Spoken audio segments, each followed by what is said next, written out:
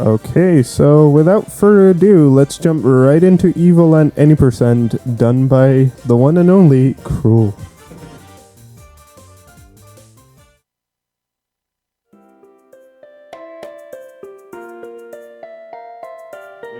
Okay, cool. So welcome everybody. We're gonna jump right into Evoland. Let me actually give you a countdown. Sorry. You ready? 3, 2, 1, go. So basically what Evoland is all about is every chest I pick up not just gives me an item, it unlocks a part of the game.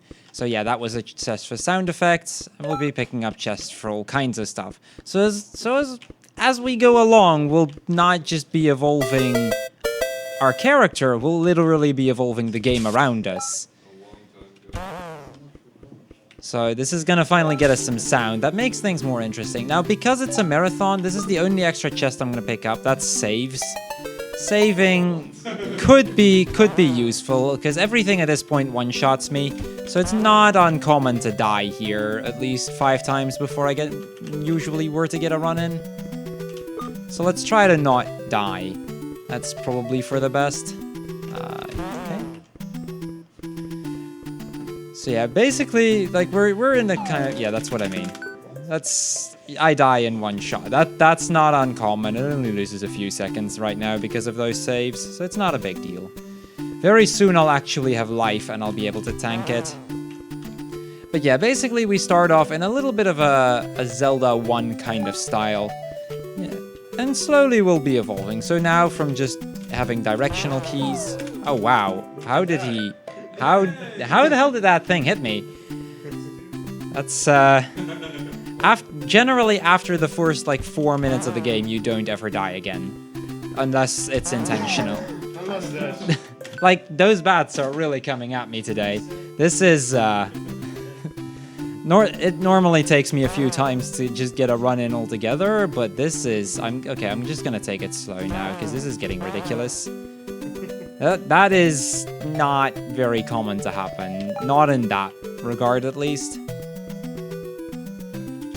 Go away, bat. Thank you. Okay, we passed it, finally.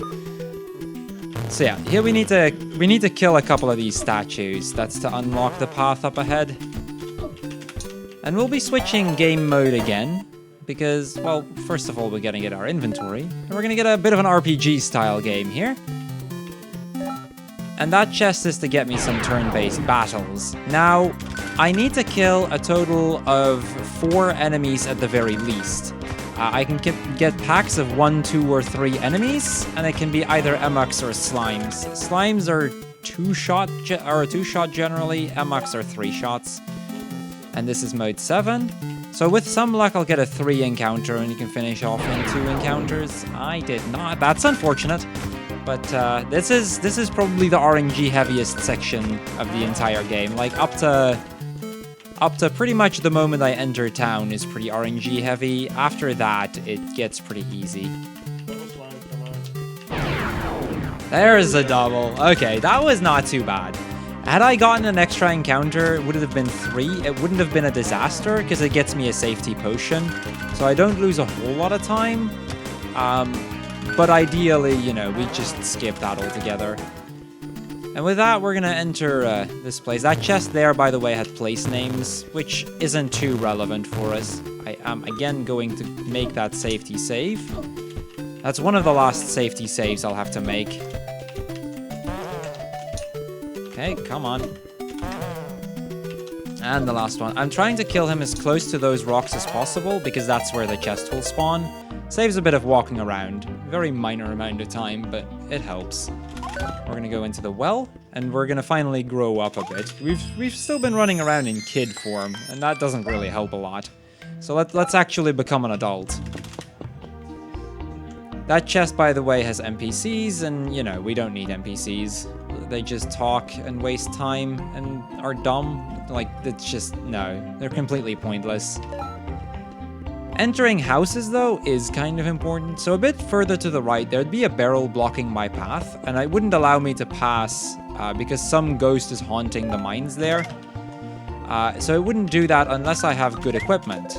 So we're gonna buy a long sword and a copper armor, and with that we have good equipment, so now they'll finally let me pass.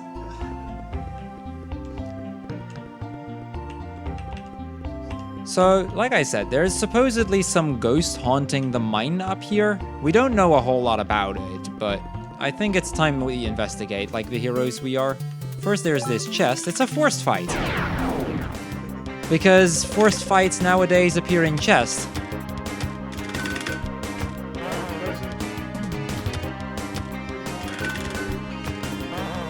Luckily these things are all one-shots, so it's pretty easy to get through this. And with that, we're gonna get our second character. This is Kyrus. And Kyrus is a mage character, so now we have our warrior and a mage. Because, you know, that's, I mean, a warrior and a mage, as your classic RPG would imply. So we're gonna stick in a kind of RPG kind of setting, at least for a little bit.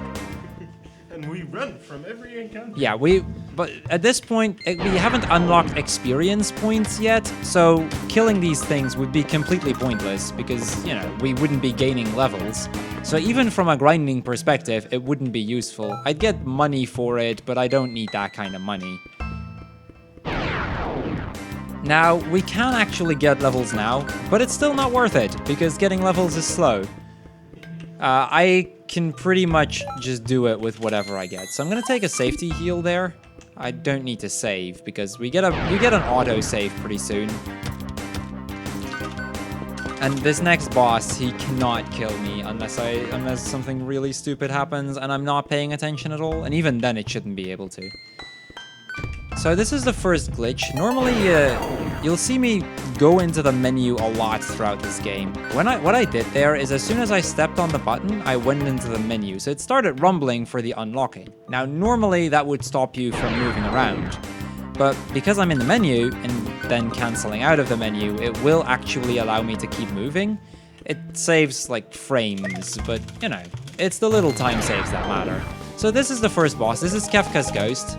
And those of you that are a little familiar with RPGs will probably get the reference here.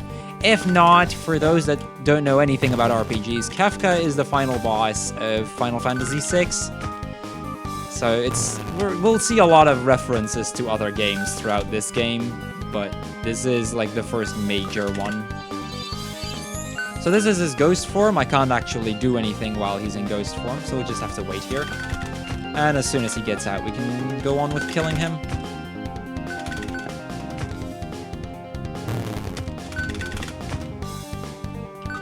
I'm gonna take an extra heal because Kyrus is getting really low on health and I don't want to risk it. Normally I would just go for it until she's below like 25, but at this point, you know, it is a marathon run. Let's not risk anything.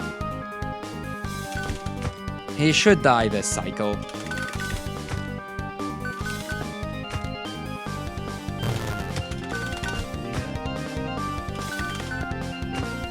There we go. So that was Kefka's Ghost. We gained level 3 off of that, which is basically the level I would have also gotten had I killed one encounter. And it's really all the levels I'm going to need for the final boss. So again, we can pick up a lot of chests here. Now this is a very crucial one. Life hearts, so I won't actually get one shot anymore. This at least solves the problem we had earlier, where, you know, every single bat with a bad pattern could kill me. And we'll just make our way through. So we've kind of entered the 3D Zelda era, and we're just running around with our sword slashing things. And we're gonna make a trip back. So that stone we couldn't pass earlier, this is where that would lead us. So this is where I died a ton just now. We've literally traveled back to that area. That chest, by the way, has a story. That's the save I used. You know, all that kind of stuff. It just gets you back to where you were before, but now in a completely different setting. Okay, another important chest, life drops.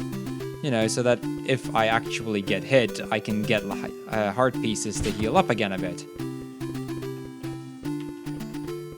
Now, there are a lot of other chest arounds that would make the game look better and stuff, but we don't really care for that because, you know, it's slow to pick them up. There is one coming up that's forced, that's this one. We're gonna get a three-dimension world. And with that, we're entering probably one of the most difficult dungeons in the game. There is a lot of little things you can do throughout this dungeon to save time. So these are the Noira mines. Going into the menu that I mentioned earlier, you'll see me do that a lot throughout this dungeon. And we can do that, we can use that to do some pretty cool things here as well.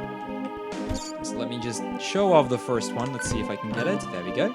So that's not opening because I'm actually moving off screen. I completely moved all the way there between opening it and actually having it open up.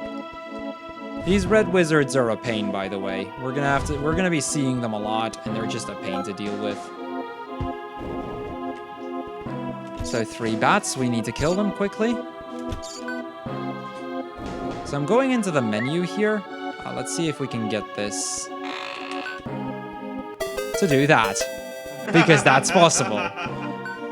That's the little time saves you can do. That's actually the first time I've gotten it. I've been practicing that one a bit, but it's been giving me a hard time so far. We'll be doing way cooler things in this dungeon similar to that, but it's just to show off what going into the menu can do. I was slightly late there, but it only loses me like half a second.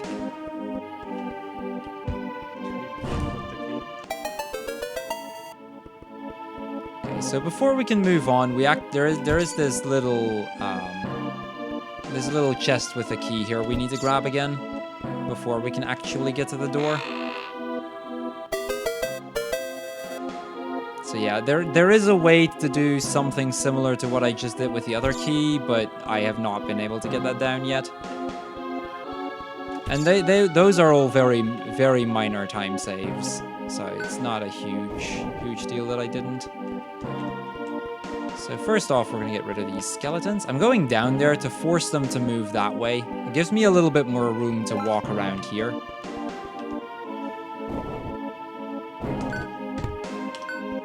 So yeah, we can do something similar here. Just because we can. And now okay, so there's another one coming up right now. And this is probably the most useful one. It saves like half a minute. Because we can actually skip an entire forced fight here. So I'm actually going to wait here. I'm going to move around. So there's a forced fight with 3 skeletons in this room. But we can do this. So yeah, that skips that entire fight. Saves, like I said, roughly half a minute, I'd say. So it's a good bit of time save there just by going into the menu. This guy is a bit RNG. You just have to hope that he's close to the hole there.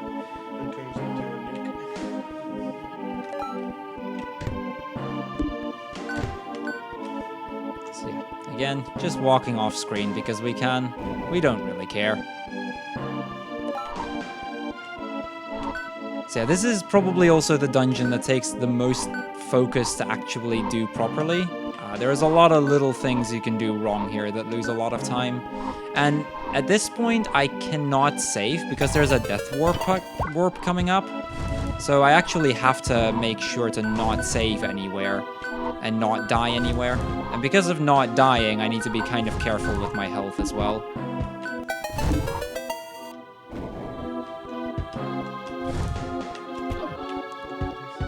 So yeah, we're just gonna damage boost through these spikes. When I'm opening chests, I cannot get hit. So whenever I'm opening a chest like that, you know, we don't care. We just go with it. So yeah, there is a save point there, but it would waste a lot of time if I were to get it. So we're gonna skip it. And this is usually a part where in any normal run, I would get my health rather low because of that death warp coming up. It saves a little bit of time to do that here because I can take two pieces, like half a heart of damage instead of a quarter heart.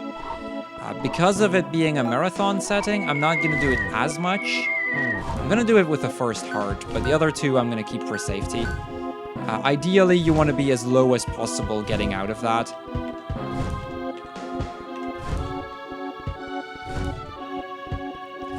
So this is a room. Normally, you'd have to fight every enemy here, and that opens up the door to the left, and you can walk to the boss room.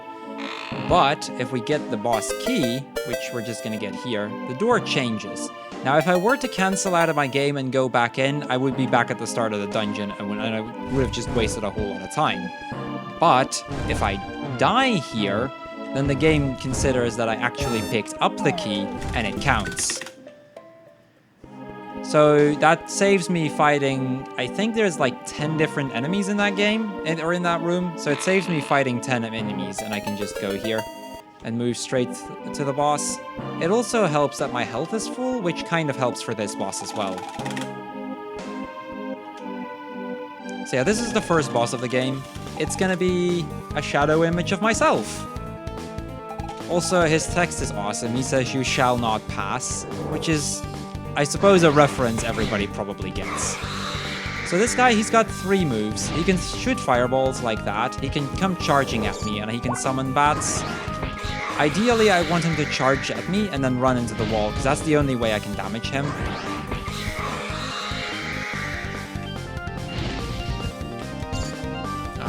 Okay. That worked still. I figured that wouldn't.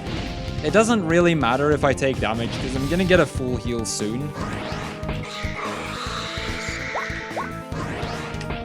Okay, that was the boss. Now first of all, we're gonna get the legendary sword here. This is the sword that we'll be using for the remainder of the game. It may look similar to some. It might not, but yeah. That's and with that, we're coming up on not so much the hardest, but definitely the most important skip of the game. So that chest has all the random encounters in this and for pretty much the entire remainder of the game in it. We just skipped it so we won't get any random encounters. It saves approximately 7 minutes, I believe. So it's a pretty big skip. It is pixel perfect, but you can line yourself up with the flowers to make it rather easy. Yeah, so this is, this might also seem somewhat familiar. We started off with an FF6 kind of area. We're now moving into Final Fantasy VII kind of area. So this guy, he's named Sid. Again, might sound awfully familiar for those that have played Final Fantasy. Yeah, he's got an airship. I believe that airship is called Highwind, which is also a reference. This game it's just got so many Final Fantasy 6 and 7 references everywhere. So basically what we need to do, Kairis, she's gonna try to learn more powerful magic, and we're gonna have to look for some bombs. We need to, in order to enter the Black Citadel, which is where we're gonna have to fight pretty much the final boss, we need to gather 2 amulet pieces.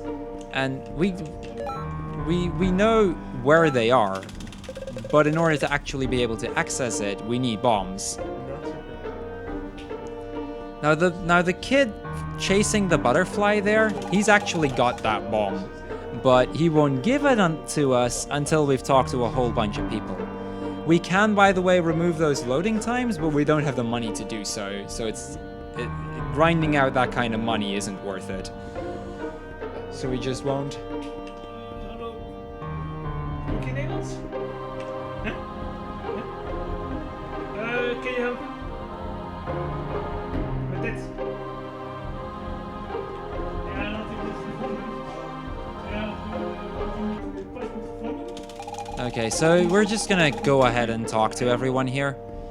We need to talk to a bunch of people in specific orders, and they all point us to somebody else.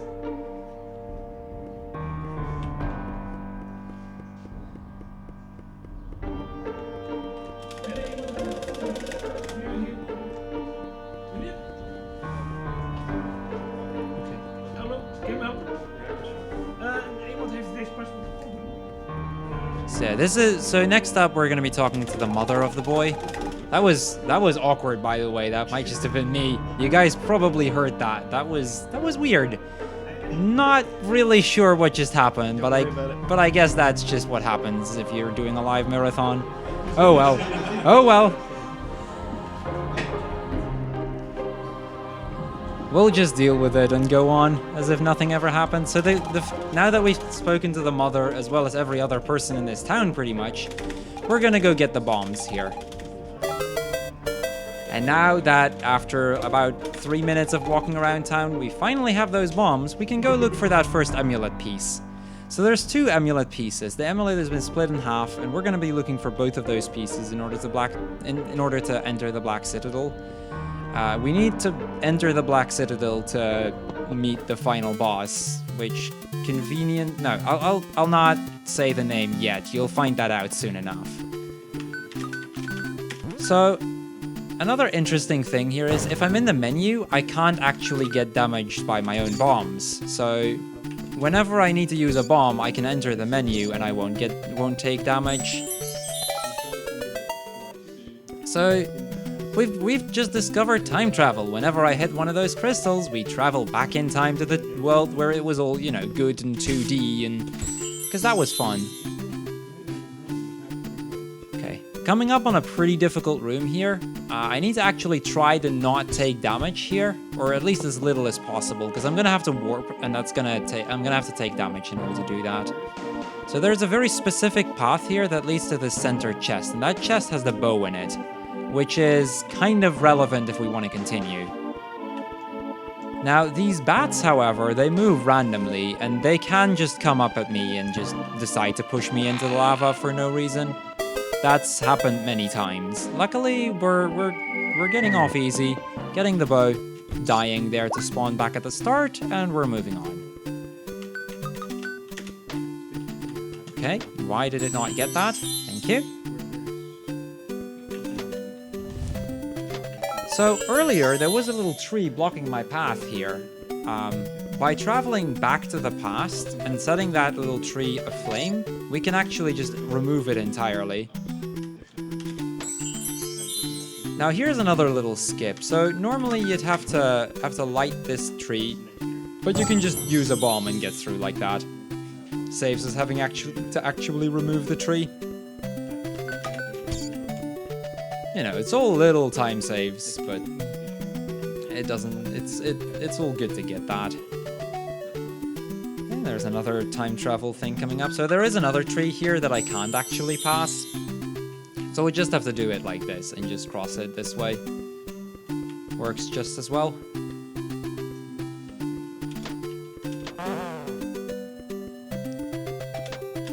Okay, why did I not hit that? You guys saw me shoot arrows at that, right? Okay, gonna remove that piece of grass. And we're moving on to this part. So I need to light a couple beacons and stuff here. Just to, get so that we can actually move on. So that's, wait, actually shoot an arrow there. Now up here, I just lit one of the beacons up there, and there's actually a really cool trick you can do. I'm not sure if it's pixel precise, but it's pretty close. It might be a 2 or 3 pixel window. And basically what we're gonna do here, so normally you'd have to light several beacons all the way, with the hopes of actually lighting the other one, but we can do it like that. Just light it. You have to stand right at the edge there, and you can just light it up, no problem. Well, these blocks we know. And for convenience sake, just for old time's sake, we're going into the menu there. So I'm gonna keep on the bow for a bit. There's 6 enemies I need to kill here. Wow, okay, this is not a great start. There we go. That's more like it. So these skeletons, you can just one-shot them with the bow. That's the first amulet piece. Now for those wizards, we actually have a different trick for those. Oh, why was I on sword? I thought I was on bombs. So we can put a bomb there. They will teleport away, but because I'm in the menu, their hitbox is still there. So when the bomb explodes, we just instantly kill them. And with that, we've got the first amulet piece done, and we can start moving on. I should have actually picked up those 2 heart pieces. I'll take a heal later on. It's not a huge deal. So now that we have the first amulet piece, we can move out of here. We don't really need anything else here. So similar trick as before. This one literally only saves me taking like 6 steps, but it's still 6 steps. The forest, we do find out the forest was partially destroyed by this mysterious enemy, but I mean, we'll find him soon enough. So I'm gonna take 2 extra screen transitions, and that's just so I can heal up. That just adds to the safety of this next area coming up. So we've done a Zelda area, we've done a Final Fantasy area. Guess what's next? I mean, this next area is gonna get a completely different style again, but we're gonna glitch a lot of that. I'm gonna talk to this guy. This guy, he does something with card games, but we don't have enough cards. But for some reason that text box wasn't fixed, so we can just keep moving with that text box active. Which means I can talk to this girl who has a default heal and a default save. Now I do have to mention, yesterday when I was doing this, I actually somehow managed to find a soft lock, one that I had never even heard of before. Let's try to not soft lock today. So this is our little Diablo area.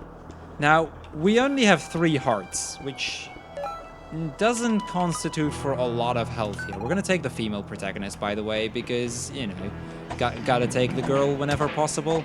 Grill strats. So yeah, that's chained combo hits, which is very, very important. So yeah, I healed there just in time. Hello? So I'm gonna hold on to this save as long as I can. So we're gonna try to save as late in this dungeon as possible. Obviously, we don't really care for enemies because killing enemies is slow and we don't have time for that. Also, this area, normally you'd have stuff like dynamic lighting and stuff, you know, to make it look good, because the Diablo does look a bit better than this. But we're, again, not gonna bother because it's slow. Actually did not take a whole lot of damage yet. We might not need to do another death somewhere. If I'm too low in my health just before the boss, I can opt to purposely die somewhere just after I saved. Because you can see I can take quite a couple hits along the way here. We have our heal. We still have our save though, so we should be okay.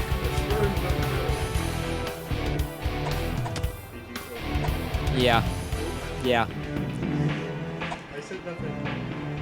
So yeah, this floor, this is definitely how this game is supposed to look. Don't worry about it. All those weird lines everywhere, that's completely normal. Okay, let's not... So yeah, this is the area where I died, or where I soft blocked last time. I'm gonna... So I cancelled out just to despawn the enemies there. They went back to their original position, and we're gonna unlock the boss here. This is the Undead King. He's got some pretty nasty moves like that, because those things actually deal a ton of damage. But we can just camp near one of those tombstones and start dealing damage. Okay, can I actually get him behind a proper tombstone there? His scratch attacks, so to speak, will still damage me a bit, so I gotta be a bit careful with my health. This guy can control a little bit, but we should be okay.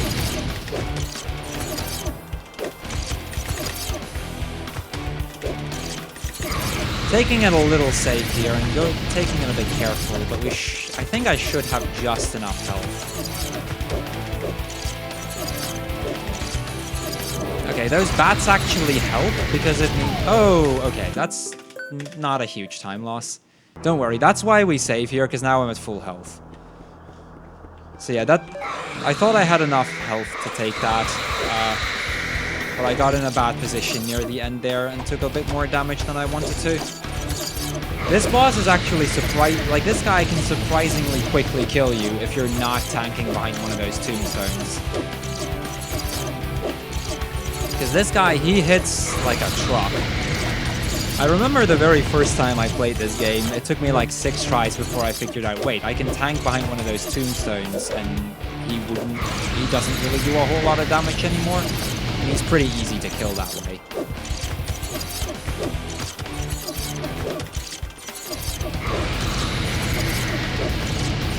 Okay, almost there. There we go.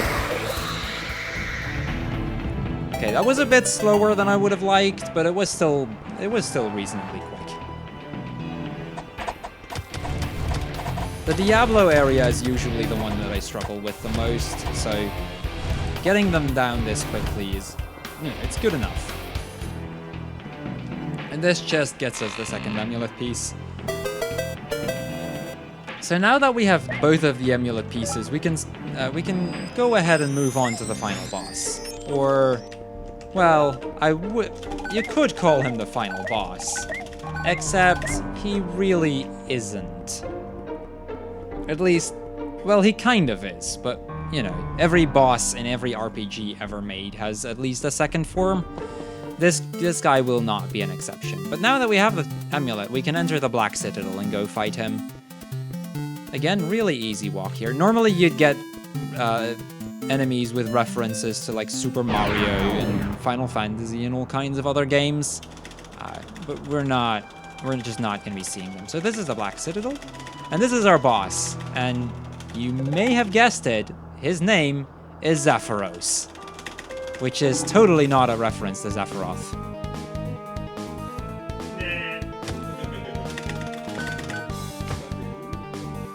Yeah, I know, right? So yeah, this is Zephyros. We need to deal about 200 damage, if I'm not mistaken, before we're going to move on to into the second phase. That's, you know, you can see I'm dealing like somewhere around the 20 damage, just below 20 damage. With low rolls under 10, but most of them are between 15 and 20, so it shouldn't take too long to get that done. I'm also going to try to keep my health around 50, and that's just to speed up the fight a little bit later on, because near the end you're actually forced to die at one point, and if my health is too low, I may have to take like 2 or 3 turns, 2 or 3 turns more than I would have liked. This is also why I bought potions, by the way, because this guy, he heals he damages me a ton, and X Crystal generally does more damage than a regular attack. Okay, there we go. So he tells us he's tired of playing, he's done with it, and he's gonna do his special move. You may be guessing what he's gonna be doing from that. Kamehameha!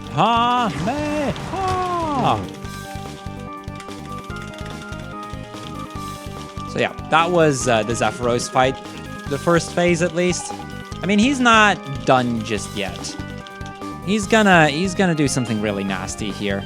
He's not just gonna defeat us, he's actually going to kill Kyrus here. Kyrus is dead.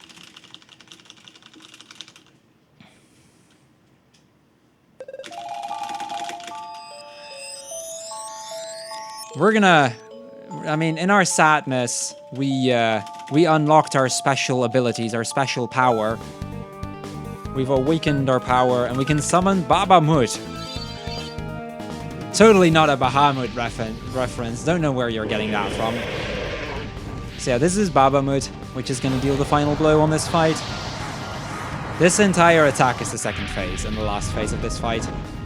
Now, we haven't yet killed Zephyros. He's just going to take off. We're gonna be moving on to we're first gonna have to move on to the actual final fight. That was not the final fight. We're gonna be fighting Zephyros again. But in order, he went off to the mana tree, I believe it's called. I might be wrong there, but to heal up. And we need an airship to get there. Now, we just so happen to know somebody that happens to have an airship, right? You may have guessed it, it's Sid. I mean, that guy is in every Final Fantasy except Final Fantasy 1 with his airships, so should be fairly obvious there. And with that, we're going to once we get the airship. So it's just a cutscene here, and then we're actually moving on to the actual final boss fight. So yeah, we're gonna talk to Sid. Now, the entire town gathers around and mourns for Kyrus's death. But they also feel like, you know, I have the legendary sword. I should be able to defeat Zephyros. And with that, we're going to be sent off to actually fight Zephyros himself. Yeah, it is a mana tree. He just mentioned that. Wasn't completely sure there.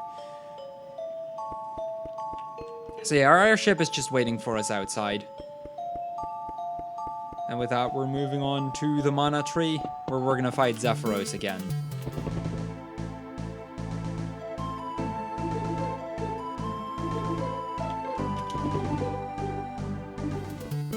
Okay, here we go. So Zephyros it's a 3-phase fight. We're basically back in our Zelda kind of style. So this fight, he's got three phases. He starts off with, well, this. This is Zephyros again, now in his much stronger form. In the first phase, I need to get rid of the 2 eyes on his hands. So I need to hit those a bunch. You can only get 2 hits off at once, as far as I'm aware. I've never seen anyone get 3 hits off in a turn. And we're going to try to not take damage, because we kind of need our health for the later phases. Okay, that was just 1 hit. Okay, that's one hand done.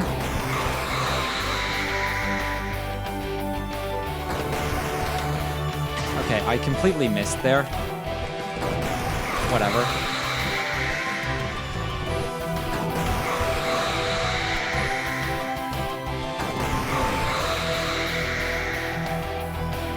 Okay, come on. This guy is... Okay, that was the first phase. So this is his second phase. He no longer has his hands.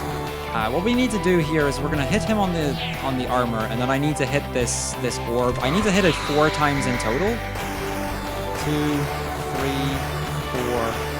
Okay, he always does 4, 5, or 6 of those bursts. Okay, nice. Got 2 hits off there. That's pretty hard to get, actually.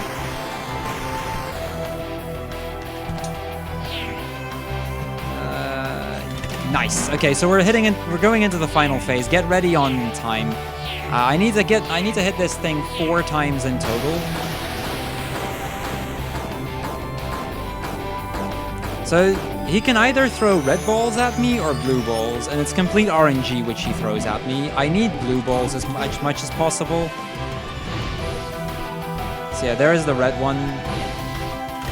Oh wow, that was just off.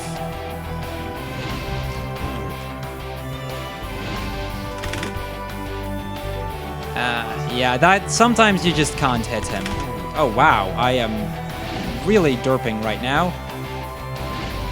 That was pretty bad.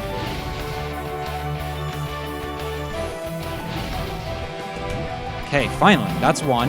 I need to hit him 4 times in total.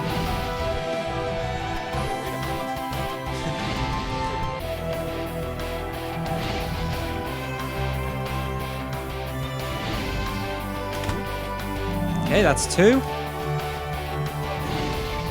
Okay, time is as soon as after the first hit, once I closed off the last text box. I'll call it when it happens. Again, he's just not giving me a good pattern. I still need to hit him twice, by the way. Wow, I am barely off every time. Okay, 1 more hit.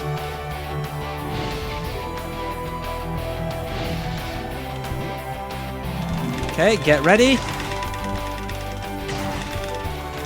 Time. Dude, that's a PB. That's an 11-second PB. Dude, wow. That's surprising, actually, considering I died a few times early on, but that's an 11-second PB. GG. So yeah, that was that was Evoland any percent. We killed Zapharos, we get declared the hero, and with that, we're pretty much done here. We get a bit of an outro scene here, where we just see ourselves moving and evolving through the game once again. I like the idea of the game. So yeah, it's a really cool game. It's actually not that expensive too. I thought somebody recently mentioned he was able to get it on sale for like $3. And there is an Evoland 2, which is surprisingly big. It's like 4 times the length of this. It's got everything from 2D turn-based strategy and all that kind of stuff in it as well. So yeah, that was Evoland. Pretty much just a Zelda / Dragon Quest / Final Fantasy mashup / Diablo. So yeah, I think we're moving on with our next run. Not really sure what's up. Super Meat Boy. Okay, yeah, I've been looking forward to that Super Meat Boy run. So yeah, that was Evoland.